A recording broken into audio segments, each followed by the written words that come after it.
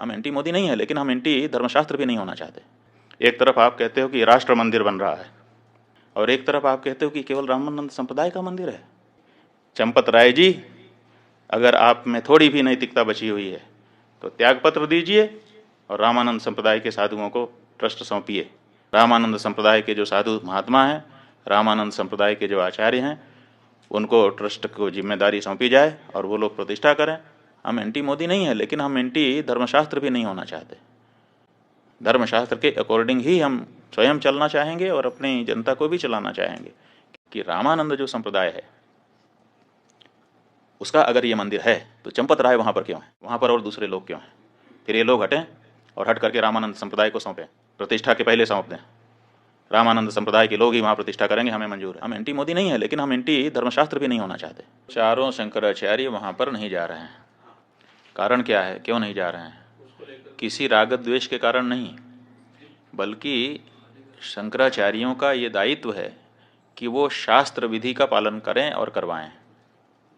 अब वहाँ पर शास्त्र विधि की उपेक्षा हो रही है।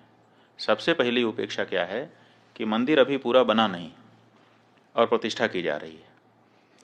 कोई ऐसी परिस्थिति नहीं है कि अपने को अचानक कर देना पड़े।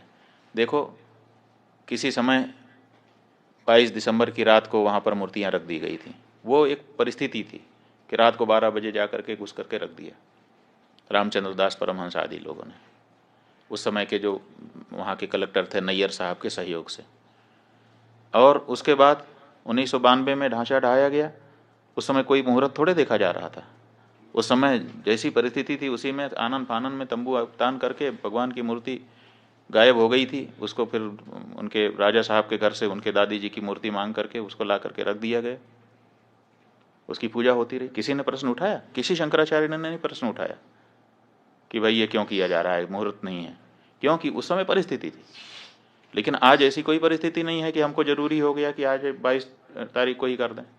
आज तो हमारे पास पूरा मौका है, हम अच्छे से बना करके प्रतिष्ठा कर सकते हैं। लेकिन फिर भी अधूरे मंदिर में प्रतिष्ठा कर दी जा रही है, तो ये हम कैसे स्वीकार कर लें? ये हमको कहना ही पड़ेगा पूछे जाने पर कि ये ठीक नहीं है। अब यही हम कह रहे हैं तो हमको कहा जा रहा है कि ये लोग तो विरोधी हैं, एंटी मोदी हैं। इसमें एंटी मोदी की क्या बात है?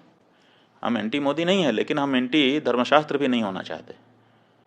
धर्मशास्त्र के अकॉर्डिंग ही हम स्वयं चलना चाहेंगे और अपनी जनता को भी चलाना चाहेंगे, क्योंकि हमको धर्मशास्त्र से पुण्य पाप का बोध होता है। राम हैं ये किसने हमको बताया? हमारे धर्मशास्त्र ने हमको बताया। राम की पूजा करने से तुम कृतकृत्य होोगे, ये किसने हमको बताया? ये राम ने हमको बताया। इसलिए उसी शास्त्र से, जिस शास्त्र से हमने राम को जाना, उसी शास्त्र से उनकी प्रतिष्ठा की विधि भी हम जानते हैं और उसी अनुसार हम करना हमारी बाध्यता है। तो इसीलिए कोई भी शंकराचार्य, 4 शंकराचार्यों में से वहाँ नहीं जा रहा है। अब जब ये बात सार्वजनिक हुई है तो अब इसको काउंटर करने के लिए वो ये चंपत राय जी कह रहे हैं कि शंकराचार्यों की यहाँ ज़रूरत नहीं है, क्योंकि ये तो रामानंदा संप्रदाय के लोगों का स्थान है। तो सवाल ये है कि रामानंद जो संप्रदाय है उसका अगर ये मंदिर है तो चंपत राय वहाँ पर क्यों है, ये हमको बताएं। फिर वहाँ नृपेंद्र मिश्रा क्यों है? फिर वहाँ पर वो राजा साहब क्यों हैं? फिर वहाँ पर वो चौपाल क्यों है जो भाजपा का पटना का चुनाव लड़ने वाला व्यक्ति है? वहाँ पर और दूसरे लोग क्यों हैं?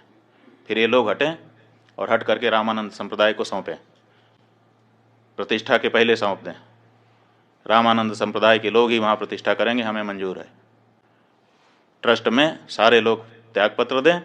रामानंद संप्रदाय के जो साधु महात्मा हैं, रामानंद संप्रदाय के जो आचार्य हैं, उनको ट्रस्ट को जिम्मेदारी सौंपी जाए और वो लोग प्रतिष्ठा करें। हम स्वागत करेंगे चंपत राय जी की इस बात का, हमें कोई दिक्कत नहीं होगी। हमें दिक्कत इस बात की है कि साधु संतों को हटा करके ये कार्यकर्ता लोग वहाँ पर बैठे हैं और साधु संतों में भेद डालने की बात कर रहे हैं। जब चंदा ले रहे थे उस समय क्यों नहीं ये घोषित किया कि ये रामानंद संप्रदाय का मंदिर है, रामानंद संप्रदाय के लोग देते? उस समय तो आपने पूरे देश के सनातन धर्मियों से लिया, उस समय हम लोगों से भी चंदा लिया। जब शंकराचार्य जी का मंदिर नहीं है तो शंकराचार्य से चंदा क्यों स्वीकार किया आपने? उस समय ये स्पष्टता क्यों नहीं की?